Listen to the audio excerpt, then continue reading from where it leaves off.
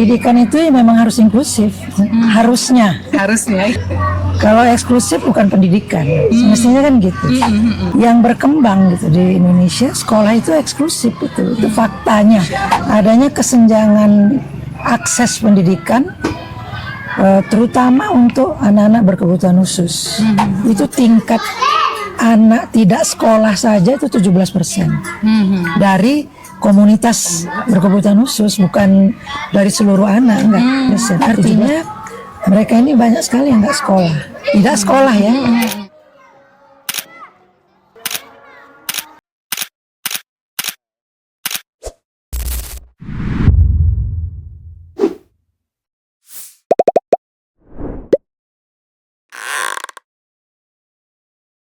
Assalamualaikum warahmatullahi wabarakatuh. Waalaikumsalam. Bertemu kembali kita di podcast Apa Cerita di kanal YouTube Info Sumut bersama saya Lia Anggia Nasution. Nah, kali ini di podcast kali ini kita sedang berada langsung di ruangan outdoor. Tepatnya di mana?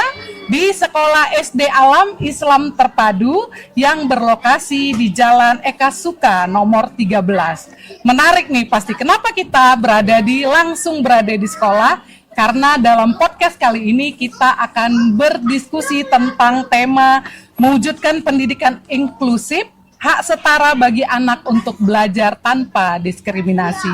Nah, pemirsa, Indonesia telah mewajibkan pelaksanaan pendidikan inklusif dari berbagai regulasi yang sudah diterapkan.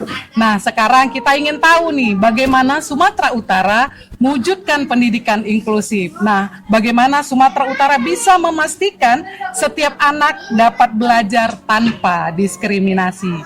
Tentunya di sini setelah hadir bersama kita seorang narasumber yang luar biasa, yaitu Umi Dr. Haja Raudatus Safa, MPSI. Nah, sebelum kita bincang-bincang, tentunya kita perkenalkan dulu nih narasumber kita. Assalamualaikum Umi, apa kabarnya? Waalaikumsalam. Waalaikumsalam. Tadi baru habis ngajar ini ya Umi, aktivitasnya ya. Iya. Nah, Umi Raudatus merupakan seorang purna bakti PNS di Dinas Pendidikan Provinsi Sumatera Utara. Beliau menyelesaikan pendidikan doktor pendidikan Islam di UIN Sumatera Utara tahun 2021 ya Umi. Terus luar biasanya narasumber kita ini, beliau mengembangkan lembaga pendidikan inklusif di Kota Medan melalui Yayasan An-Nas, langsung di sekolah kita ini ya Umi. Nah, kemudian beliau juga aktif dalam gerakan anti perundungan di Satuan Pendidikan melalui tim fasilitator nasional Program Roots Indonesia Wilayah Sumatera Utara. Nah, kita langsung aja nih ngobrol-ngobrol sama Umi Raudatus. Nah, bicara tentang pendidikan inklusif nih Umi. Umi nih sekolah kita udah berapa lama nih berdiri Umi? 12 tahun. Sudah 12 tahun ya. Artinya anak-anak inklusif, kita melaksanakan pendidikan inklusif sudah 12 tahun. Iya. Nah, bicara tentang pendidikan inklusif ini sebenarnya seperti apa gitu Umi? Kita sering melaksanakan pendidikan inklusif, tapi itu pendidikan yang bagaimana itu menurut Umi? Jadi ini pendidikan inklusif ini menjadi menarik hari ini karena Kementerian Pendidikan saat ini sedang fokus ya, intens untuk segera menerapkan sekolah inklusif sebenarnya di seluruh Indonesia sih. Walaupun secara regulasi kan ini sudah lama ya. Memang secara filosofi inklusif itu kan artinya sama semua ya, setara, adil gitu. Jadi pendidikan itu ya memang harus inklusif, harusnya iya. Kalau eksklusif bukan pendidikan, semestinya kan gitu. Tapi kita melihat hari ini yang berkembang gitu di Indonesia, sekolah itu eksklusif itu faktanya. Sekolah inklusif ini kan sebenarnya muncul dari persoalan yang terjadi di seluruh dunia, bukan hanya di Indonesia. Adanya kesenjangan akses pendidikan, terutama untuk anak-anak berkebutuhan khusus. Jadi itu alasan yang besar ya, yang menyebabkan Akhirnya seluruh dunia, tepatnya tahun 94, PBB melalui UNESCO mewajibkan seluruh dunia, negara di dunia untuk menerapkan itu. Bayangkan 94 tuh kesepakatan dunia, tapi Indonesia tuh masih belum ya sampai hari ini. Jadi tahun 2016 sebenarnya Sumatera Utara melalui pemerintah provinsi sudah mengeluarkan Pergubsu, tapi juga nampaknya belum bisa diterapkan. Secara teknis kan sekolah inklusif itu artinya merubah sekolah reguler yang selama ini beroperasional eksklusif. Ya, eksklusif ini kan artinya masuk di tes, anak-anak tertentu yang boleh masuk, misalnya dulu pakai ada IPK tertentu yang hanya kan itu kan bagian dari eksklusif. Jadi ada anak-anak tertentu yang tidak bisa masuk sekolah, terutama berkebutuhan khusus gitu.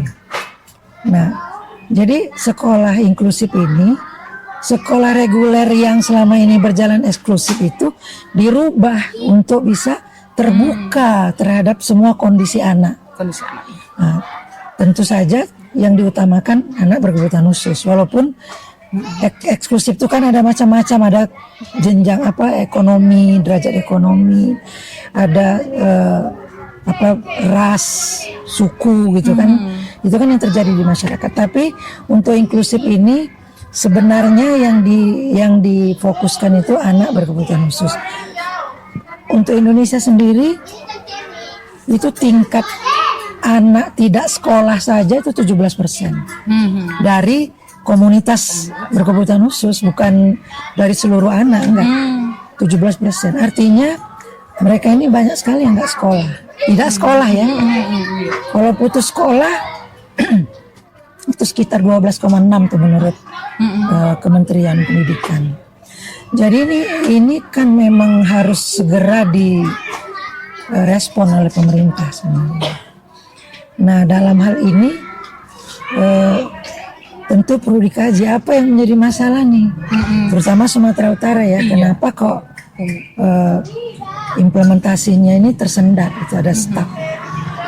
Padahal kalau di Jawa sepertinya ya, Jawa Barat, Sumatera Barat itu sudah mungkin sudah 80% ya sekolah inklusifnya yang real gitu. Di Sumatera Utara dulu pernah tahun 2016 ada sekolah-sekolah yang ditunjuk karena bunyi undang-undang itu kan mewajibkan satu kecamatan untuk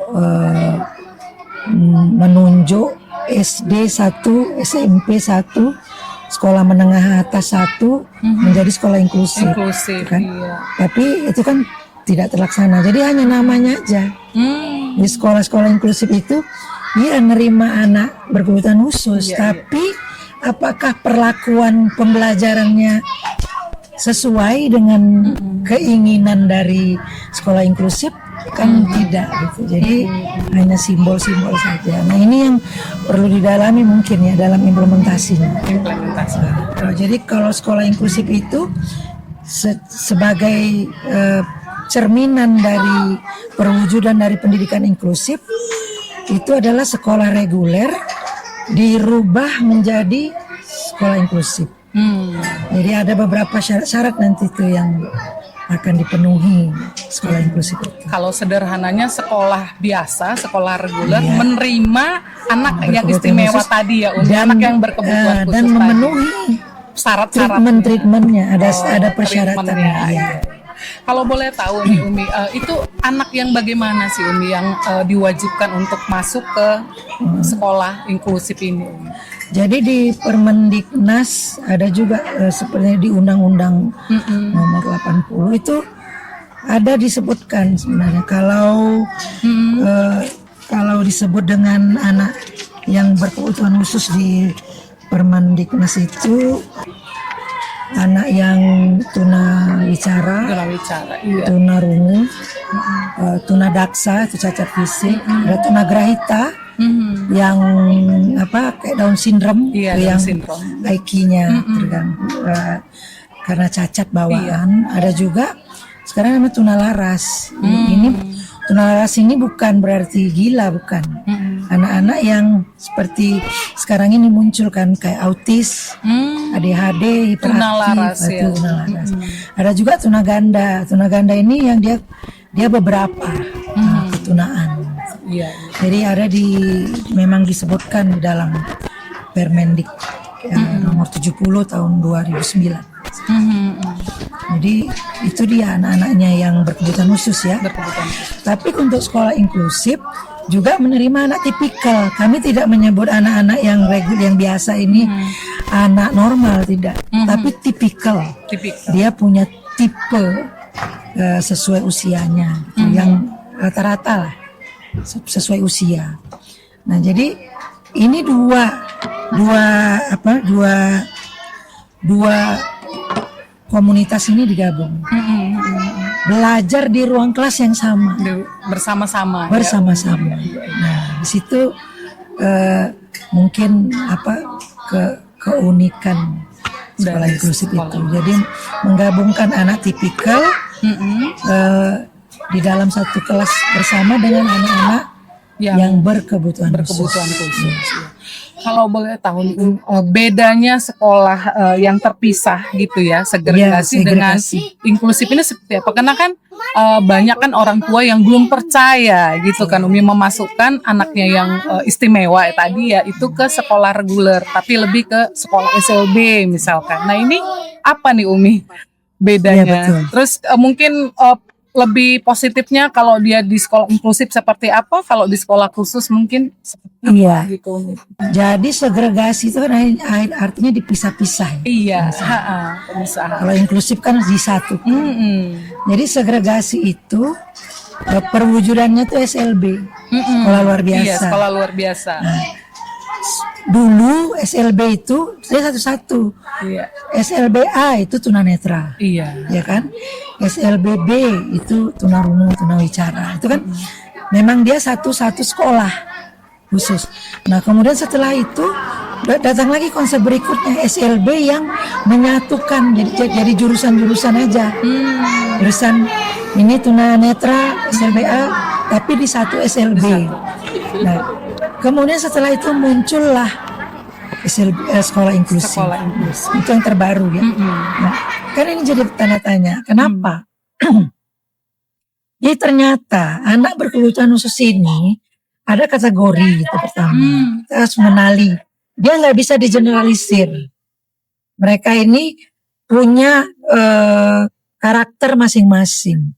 Ada level-levelnya.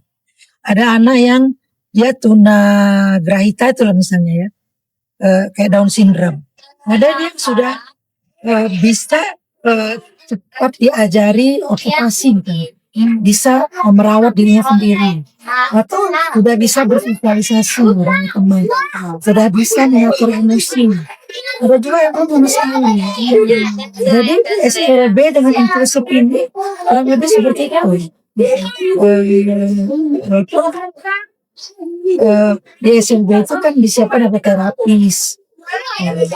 Nah, inklusif juga seperti itu. Mana anak yang sudah bisa langsung dibawa ke kelas, mana dia makanya kami di sekolah kami ini sudah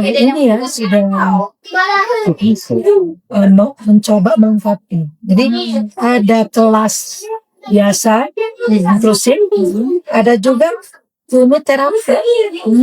Jadi anak-anak yang belum siap untuk masuk ke kelas kelas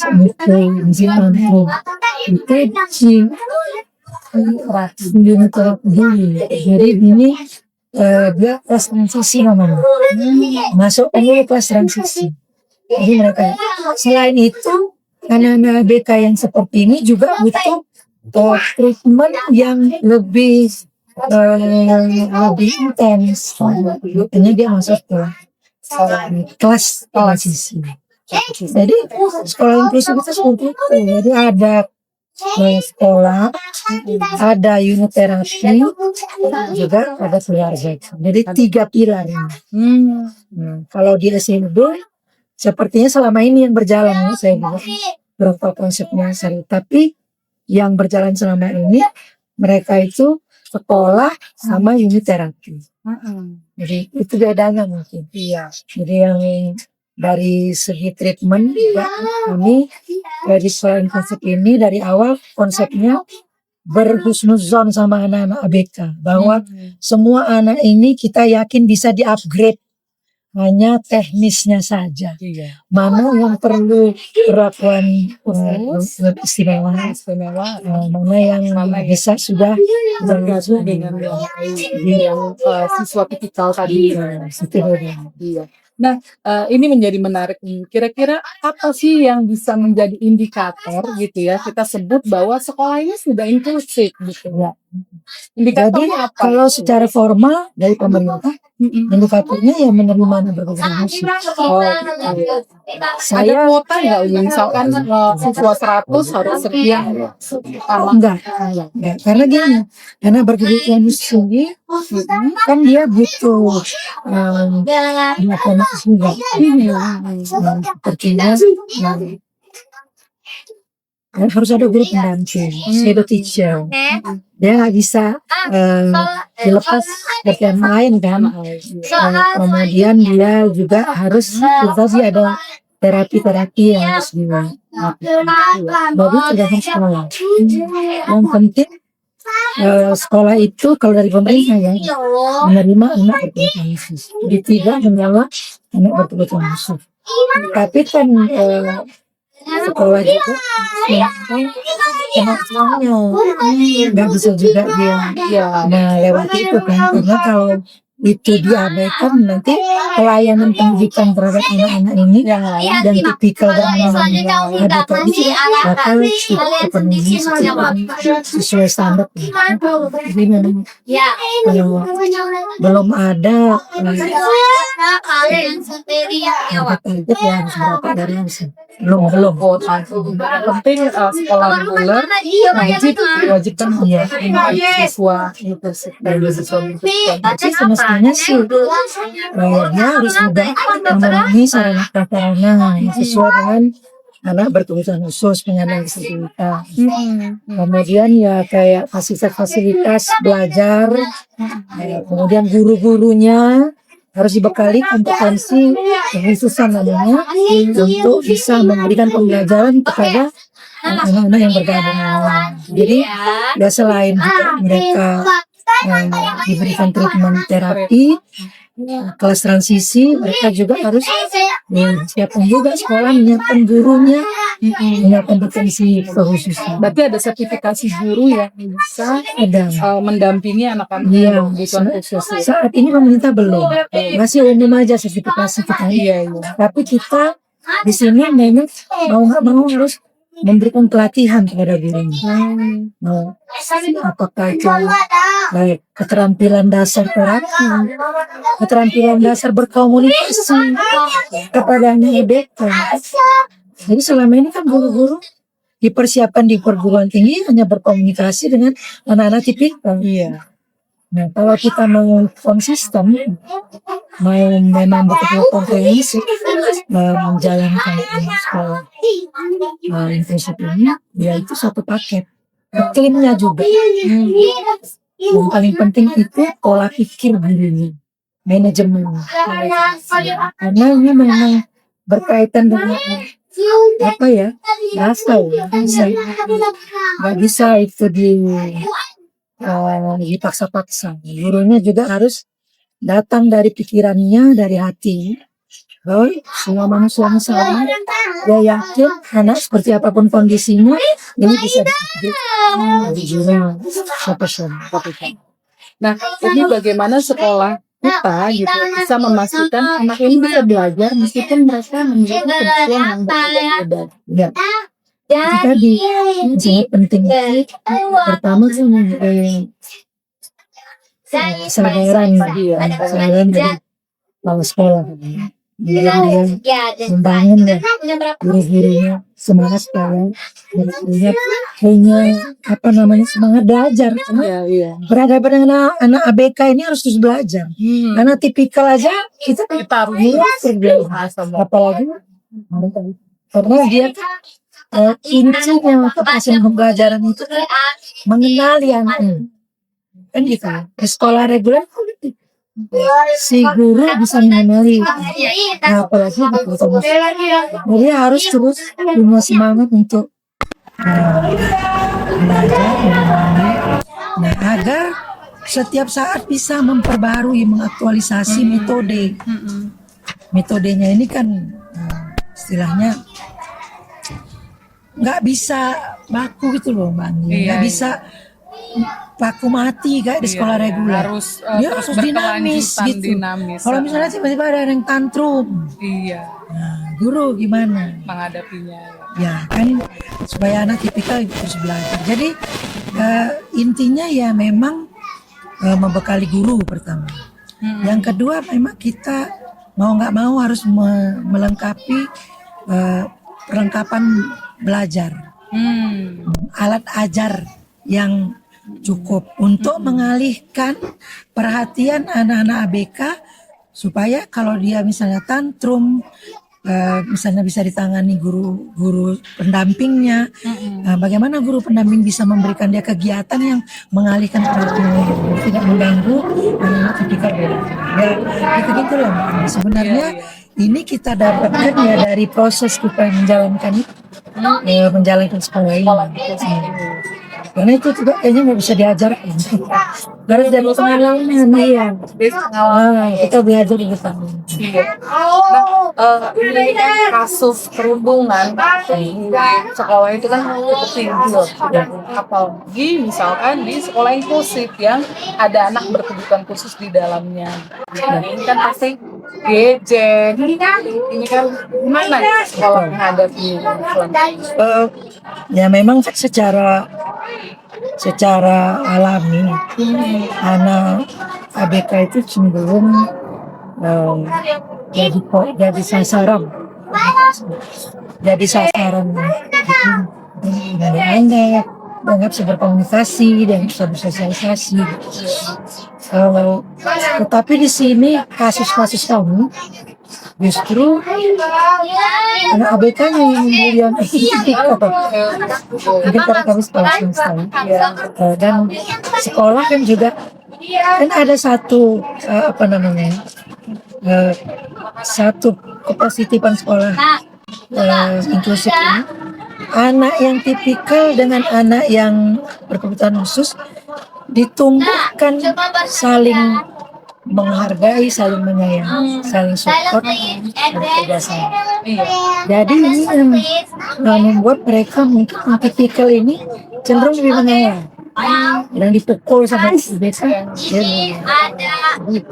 dia juga menekankan. Ini belum tahu. Ini sambil kita perbaiki. Kalau kamu misalnya dipukul, dikasih juga dia trik-trik bagaimana kamu harus menghindar. Jadi kedua anak ini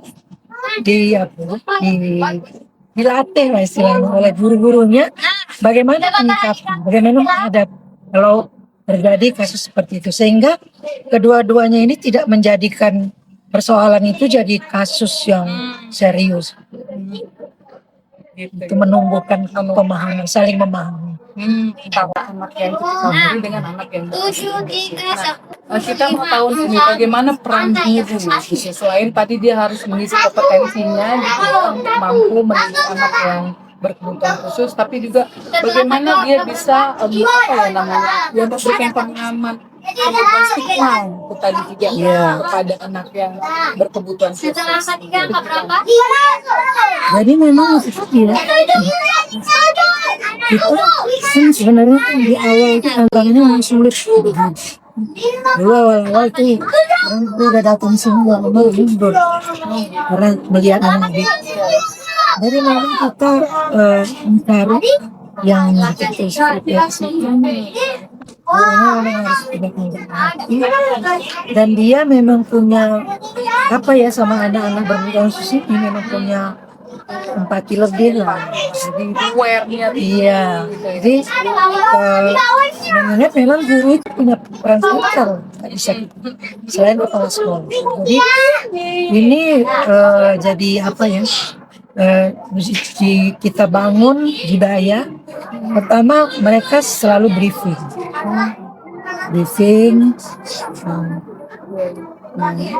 kasus-kasus yang dihadapi di mana.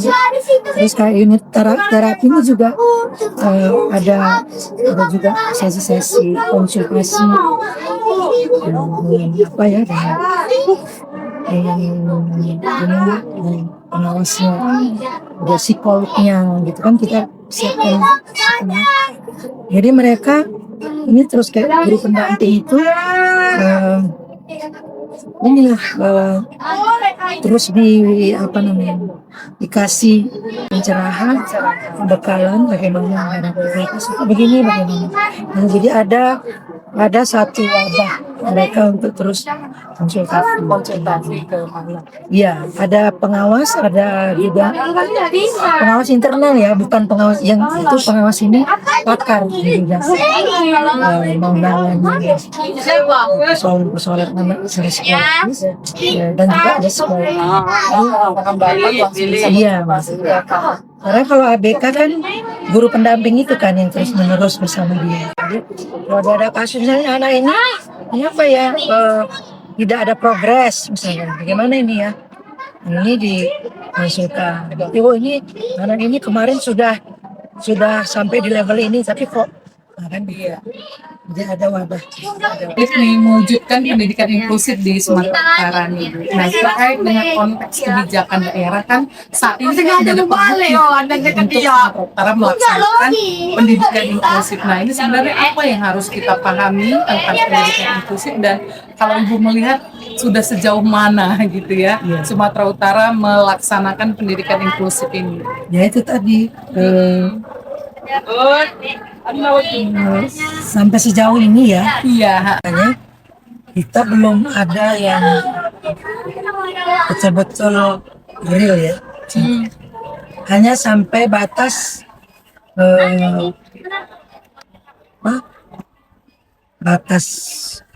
menerima anak berkebutuhan khusus. Itu pun sangat-sangat terbatas. Karena alasannya kan selama ini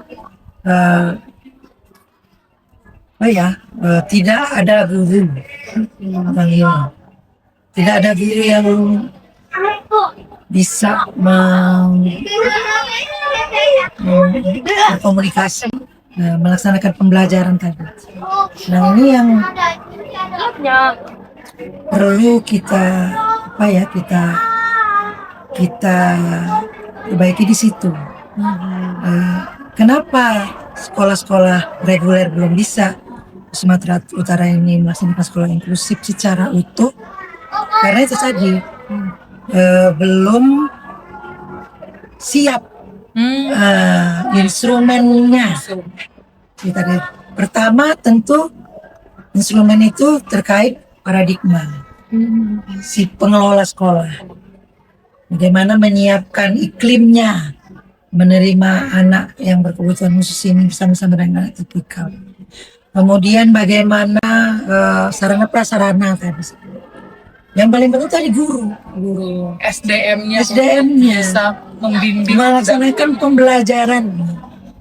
Maksud tadi harus ada guru pendamping, ada unit terapi, itu harus dipenuhi mau nggak mau. Nah kan ini yang belum siap. Kalau cuma sekedar syaratnya hanya menerima anak berkebutuhan khusus, ya betul sudah dilaksanakan, tapi belum sepenuhnya bisa terlaksana karena anak itu tetap juga tidak belajar, masuk tapi tidak belajar, ya malah tadi bisa jadi korban bullying atau dia yang membuli gitu, karena tidak siap instrumen di sekolah. Jadi kalau kita bisa sebut sekarang ini masih real, memang ada sekolah inklusif, tapi itu hanya untuk memenuhi persyaratan aja, Iya, gitu betul. ya, realnya ya. Iya betul. Iya. Pokoknya kita terima dah, tapi urusan hati di dalam ya seperti itu, memenuhi persyaratan Belum dan sepenuhnya. jadi kalau bisa dibilang masih setengah hati kita ini Iya. melaksanakan Mungkin pendidikan inklusif bukan atau setengah seperti hati apa sih, ya? belum intens saja. Belum intens ya, atau belum maksimal lah kita bilang. Saya pikir lebih maksimalkan sih. Kalau Uni bisa apa ya list lah gitu ya tantangan yang terbesar dalam penerapan pendidikan inklusif di Sumatera Utara ini apa nih? Saya kalau berdasar pengalaman pribadi ya, itu tantangan itu 3 aja kita ambil yang terbesar. Tiga. Yang pertama tadi SDM. Sumatera Guru, Utara ya. ini susah cari Sekolahnya. guru. Mungkin ya salah satu penyebabnya susah cari guru yang punya spesifikasi menangani anak berkebutuhan khusus itu karena perguruan tinggi di Sumatera Utara ini belum ada prodi Oh gitu. Sumatera Utara. Jadi kita yang terdekat itu Sumatera Barat punya prodi. Jadi Universitas Andalas itu sudah Apa khusus prodi tentang ini sekolah inklusif ya sekolah tentang anak berkebutuhan khusus. Jadi jurusan-jurusan itu ya. Sehingga di situ diajari kan sarjana anak berkebutuhan khusus itu kan atau sarjana sekolah inklusif itu kan dia diajari baca tulis huruf braille, bahasa isyarat, bagaimana itu terapi dasar terapi. Kita nyari terapi saja susah di Medan. Yang maksudnya yang jadi guru ya. Kalau terapi-terapi yang Banyak, itu ya. kan komersil. Yang lalu kita menggajinya. Jadi kita selama ini kita menyiasatinya itu dengan membuat latihan khusus kita itu. Ketika sudah di sini gurunya kita latih lagi, kita latih lagi. Mau nggak mau kan? Iya, Kalau kita mau konsisten. kita mendatangkan orang gitu ya. Iya pelatih. Kemudian yang kedua, hambatannya itu ya kita terhambat di dana karena belum ini ya belum ada dari pemerintah yang khusus untuk memberi dukungan dana untuk sekolah inklusif.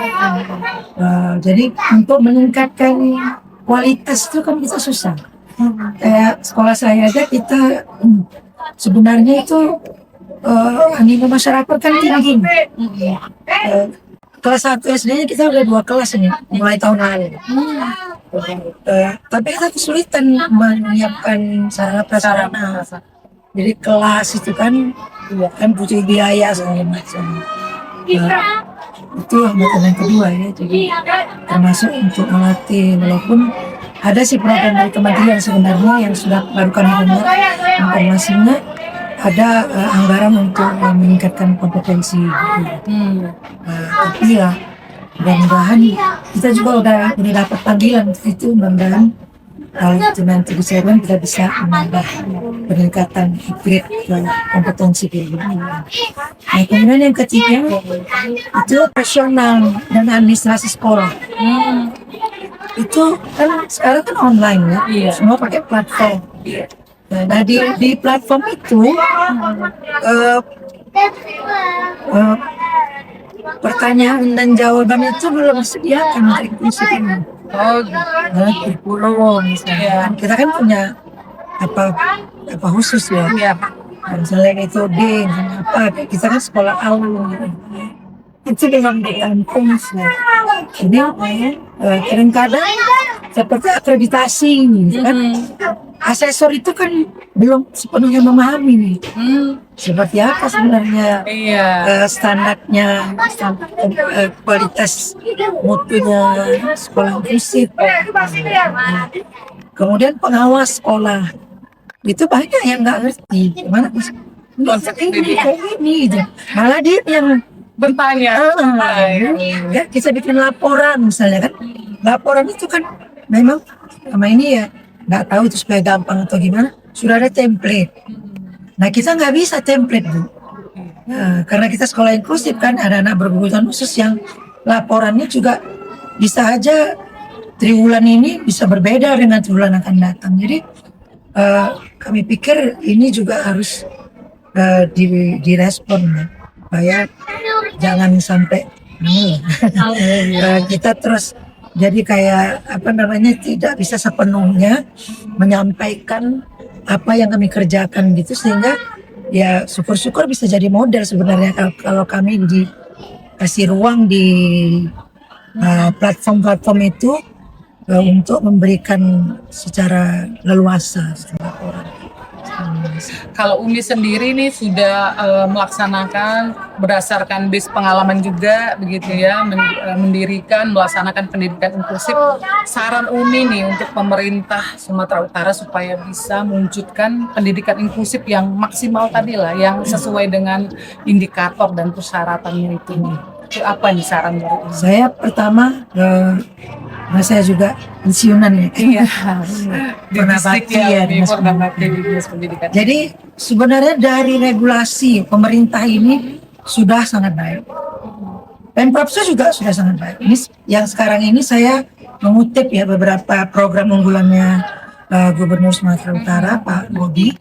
Itu setidaknya ada empat program prioritas pendidikannya. Jadi kita objektif menyatakan ini bagus sekali, semuanya itu berorientasi untuk menyukseskan penerapan sekolah inklusif sebenarnya. Tinggal satuan daerahnya, satuan teknis OPD-nya. Perangkat daerahnya. Yang pertama itu Gubernur itu sudah meluncurkan program prioritas PUBG, program unggulan bersekolah gratis. Ini kan inklusif nih. Iya. Berarti anak-anak nggak mampu, termasuk anak ABK, pokoknya harus masuk di sekolah negeri terutama ya. Kalau Sumatera Utara tentu provinsi, ya itu konteksnya SMA, SMK, SLB pun ya gratis, tapi juga daya tampungnya kan terbatas. 1 tahun ajaran cuma nerima 10 orang.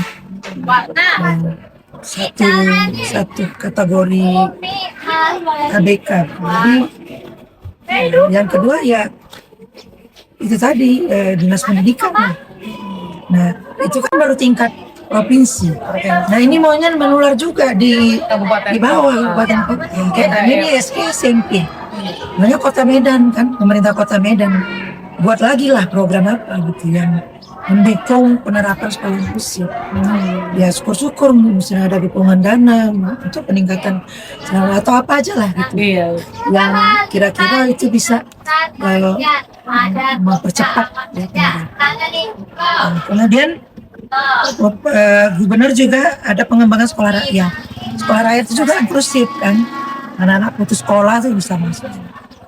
Jadi yang ketiga pendidikan setara dan berkeadilan. Nah ini kan memang yang diusung, tema yang diusung oleh sekolah inklusif kan. Jadi, nah ini untuk disabilitas ini yang harusnya langsung disambut lah gitu. Nah, gimana actionnya? Ya, tinggal lihat actionnya kan.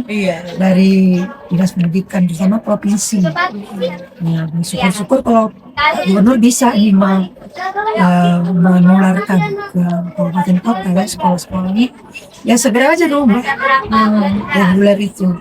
Menurut saya sih nggak sulit harusnya, tinggal menyiapkan ya, sarana prasarana gimana, terus kayak tuna bicara ya, guru-guru dilatih bahasa isyarat gitu kan, baca tulis huruf braille. Apa susahnya kan kalau di pemerintah kan ada apanya ya, ada guru-guru SLB yang punya kemampuan itu. Saya pikir mereka bisa melalui komunitas belajar itu bisa saling ini pembiasan gitu kan. Nah, jadi yang keempat itu ada digitalisasi dan internet gratis. Nah ini kan sangat mendukung, semuanya mendukung, sehingga kita optimis lah pemerintahnya, tinggal disambut oleh OPD. Dan juga jangan hanya terfokus kepada dinas pendidikan, semua juga harus sama bersama-sama. Jadi ya kalau menurut saya pemerintah lah yang menggagas, memfasilitasi tumbuhnya gerakan sekolah inklusif ini, pendidikan inklusif ini, supaya misalnya kampanye-kampanye dibuat, Ya kayak di Kominfo kan biasanya selalu ada kampanye-kampanye seperti itu ya, membuatlah misalnya di melalui media sosial kan apa tentang sekolah inklusif ini mulai disosialisasikan sehingga masyarakat gitu. Selain juga kan selama ini masyarakat ini orang tua yang punya anak berkebutuhan khusus ini kan ada hambatan psikologis ya, sekaligus itu bisa eliminasi merasa itu anaknya ada minder kalau dia menyekolahkan anaknya SLB atau kalau sekolah inklusif ini akan membantu orang tua melalui asesmen mereka juga supaya betul-betul mempercayakan kepada sekolah, karena banyak orang tua yang kasusnya itu menyekolahkan anaknya tapi dia nggak percaya sama sekolah itu, jadi mau intervensi lah apalah. Ini saya pikir harapan-harapan wilayah ke depannya agar Sumatera Utara ini bisa mewujudkan pendidikan inklusif yang benar-benar komprehensif ya, pendidikan inklusif yang pemerintah memang sangat sangat besar lah di sini akan sangat inilah seperti program-program pemerintahan selama ini yang secara masif intens itu kan berhasil kan itu gerakan inklusif ini juga jangan diserahkan kepada satu dinas seluruh stakeholder bergerak juga seperti BUMD bisa CSR supaya anak-anak berkebutuhan khusus ini ketika dia dewasa setidaknya dia nggak jadi sampah gitu. Sampah masyarakat kan yang harus dikasihani ya kalau orang tuanya selama ini banyak orang tua itu yang mengatakan ke saya, kami ini punya anak berkebutuhan khusus katanya anugerah, katanya kami berjuang sendiri. Jadi kita mungkin memulai dari situ supaya tidak membiarkan orang tua berjuang sendiri. Artinya berangkat dari kemampuan bersama ya, atau goodwill-nya gitu pemerintah untuk ada satu lagi yang sekarang juga berkembang di Jakarta, anak-anak disabilitas ini, anak berkebutuhan khusus ini bisa bekerja. Ini kan harus bekerja sama dengan dunia industri. Jadi harus mereka juga harus satu frekuensi menerima anak itu. Di Jakarta ada Down syndrome itu diterima di kafe itu di Jawa. Jakarta sudah, kita di sini belum ya. Nah, saya berharap bisa juga bisa kelas tamat sekolah ya untuk sampai dan kita di sini akan melaksanakan program itu untuk yang SMP. Walaupun orang tua kan sukanya dia mengajar, itu tadi akan menambahkan program itu dan satu tampilan dia kerja.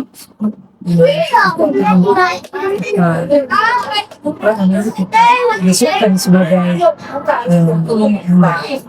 jadi memang dia tetap siapkan untuk walaupun dia tamat SMP dia sudah bisa bekerja. Bahkan kita butuh instrumen yang lebih kuat ya supaya menekan sekolah-sekolah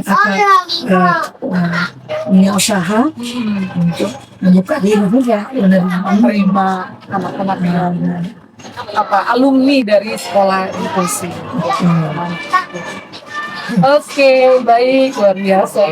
Perbincangan dengan ini terkait bagaimana Sumatera Utara bisa melaksanakan pendidikan inklusif yang komprehensif, tidak hanya sekedar memenuhi syarat dari regulasi yang ada, tapi benar-benar komprehensif dan anak berkebutuhan khusus kita yang bersekolah di inklusif, sekolah inklusif berhasil bisa mandiri di masa depannya. Itu harapan kita.